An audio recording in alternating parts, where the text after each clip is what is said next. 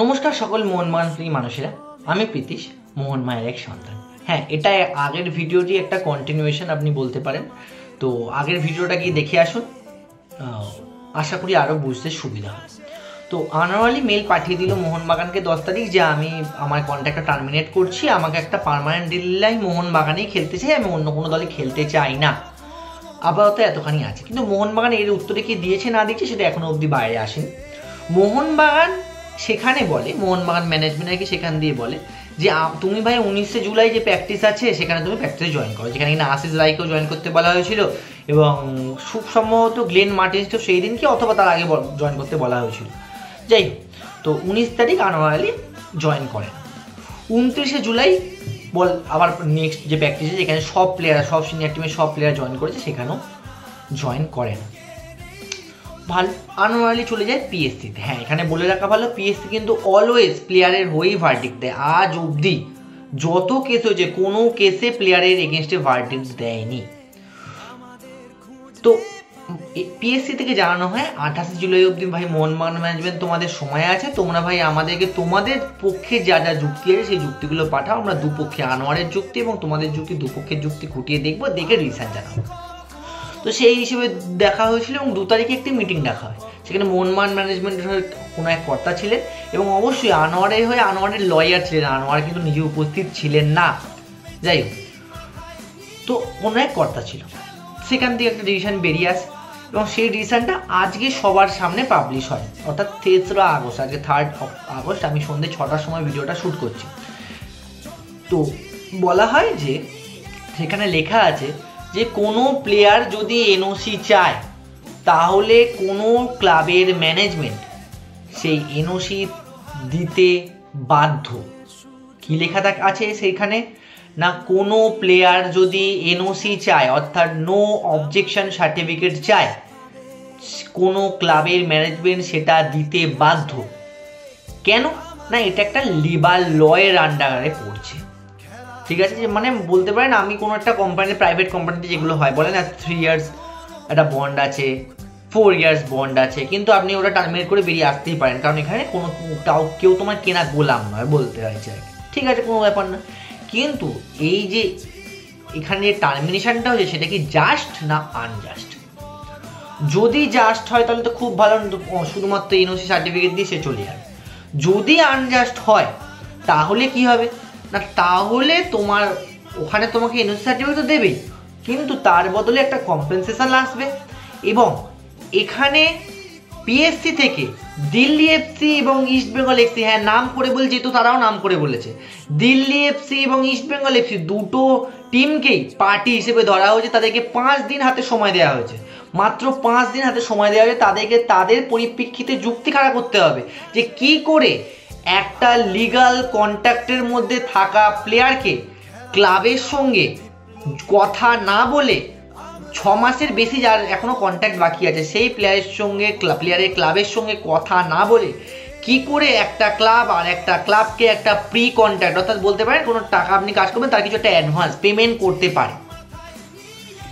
অবশ্যই ভার্ডিক্ট কথাবার্তা, এবং এখানে ইস্ট বেঙ্গল এফসি এবং দিল্লি এফসিকে নিজেদের সুপারিশ পেশ করতে হবে। এবার সিনারিও কি না, সিনারিও হচ্ছে যে মোহনবাগান একটা বিশাল পরিমাণে একটা কম্পেনসেশন চেয়ে বসে আছে এখনো, যা শোনা যাচ্ছে যেটা 15 কোটি থেকে 20 কোটির মধ্যে। এবার ইস্ট বেঙ্গল এবং দিল্লি এফসি যদি সেটা চুকিয়ে দিতে পারে খুব ভালো, প্লেয়ার এনওসি নেবে, নিয়ে ইস্ট বেঙ্গলের হয়ে খেলবে এবং তার সঙ্গে অবশ্যই খুব শোনা যাচ্ছে দিল্লি এফসি এবং ইস্ট বেঙ্গল এফসি 2 বছরের দুটো ট্রান্সফার উইন্ডোর ব্যান লাগবে, যেখানে এই ট্রান্সফার উইন্ডোর ব্যানটা নয়, মানে 31 আগস্ট যেটা শেষ হয়ে যাচ্ছে সেটা নয়, পরেরটা অর্থাৎ সামারটা উইন্টার ট্রান্সফার উইন্ডো এবং সামার ট্রান্সফার উইন্ডো, এই ব্যানগুলো লাগতে পারে। এবং এবার মোহনবাগানের ক্ষেত্রে এটা ব্যাপারটা কি দাঁড়িয়ে আছে এখন না, আনোয়ার আলীর জন্য যে কম্পেনসেশনটা, সেই কম্পেনসেশনটা যদি না দিতে পারে তাহলে এনওসি দেওয়ার কোনো প্রশ্নই উঠছে না। এবার যদি এনওসি দেওয়া হয় তাহলে কিন্তু মোহনবাগান ম্যানেজমেন্ট যাবে ফিফায়। মোহনবাগান ম্যানেজমেন্ট কিন্তু এখনো অতঃপরভাবে চায় আনোয়ার কিন্তু মোহনবাগানের হয়েই খেলুক। হ্যাঁ, সদস্য সমর্থকরা এখানে কিভাবে আসছে স্পষ্ট ভাষায় বলে দিই, আমি আমার পার্সপেক্টিভটা, মোহনবাগান কোনো দিন কোনো একটা প্লেয়ারের ওপর দাঁড়িয়ে থাকে না। আনোয়ার আগের সিজনের বেশ কিছুটা সময় খুব কম করে হলো 7 থেকে 8টা ম্যাচ মোহনবাগানকে চোটের জন্য সার্ভিস দিতে পারেনি। তখনও মোহনবাগান জিতেছে। পরবর্তীকালে আবার মোহনবাগান জিতবে। মোহনবাগান একটা প্লেয়ার নিয়ে তৈরি হয় না। আমাদের দিব্যেন্দু বিশ্বাসের মতো প্লেয়ার আছে, আমাদের রাজ ভাস্করের মতো প্লেয়ার আছে, তাদের উপর ভরসা রাখুন। এবং যারা একটা ক্লাবের লিগাল ট্রান্সফারে থাকা একটা প্লেয়ারকে মোহনবাগানের ঘর ভাঙিয়ে নিয়ে গেছে, হ্যাঁ অবশ্যই তারা নিয়ে যেতেই পারে কোনো একটা ক্লাবের ঘর ভাঙিয়ে কোনো প্লেয়ারকে, তারা এতে খুব গর্ববোধ করে। যাই হোক, আমি তাদেরকে নিয়ে খুব বেশি কথা বলতে চাই না, তাদেরকে নিয়ে বলা মানে মুখ নষ্ট। আপনারা সবাই জানেন কারা কি বৃত্তান্ত। যাই হোক, সেটা তাদের সম্পূর্ণভাবে ব্যক্তিগত ব্যাপার সেবার। কিন্তু যারা ইললিগাল কাজকর্ম এক্ষেত্রে করেছে তাদের সত্যি শাস্তি হওয়া উচিত। ওপেন ক্যামেরায় বলছি, তাদের শাস্তি হওয়া উচিত। শুধুমাত্র ব্যান কেন না, আমি কোনো সময় বলবো না আনোয়ারের পা থেকে ফুটবল কেড়ে নেওয়া উচিত, কারণ আনোয়ার ইজ মানে বলতে পারেন হিউজ একটা ব্যাপার স্যাপার ফর ইন্ডিয়ান ফুটবল। তার পা থেকে ফুটবল কোনো সময় কেড়ে নেওয়া উচিত, এবং মোহনবাগান ম্যানেজমেন্টও আশা করি তা চায় না। হ্যাঁ, অনেক ইউটিউব চ্যানেল বলবেই, কিন্তু সেটা কোনো সময় বলা হয়নি। সেটা ব্রেভ স্পোর্টস থেকে ব্রেকিং করা হয়েছিল, বা মার্কেস মাগুলা ব্রেক করেছিল যে 6 মাস ব্যান হতে পারে প্লেয়ারকে, এরকম হয় আর কি।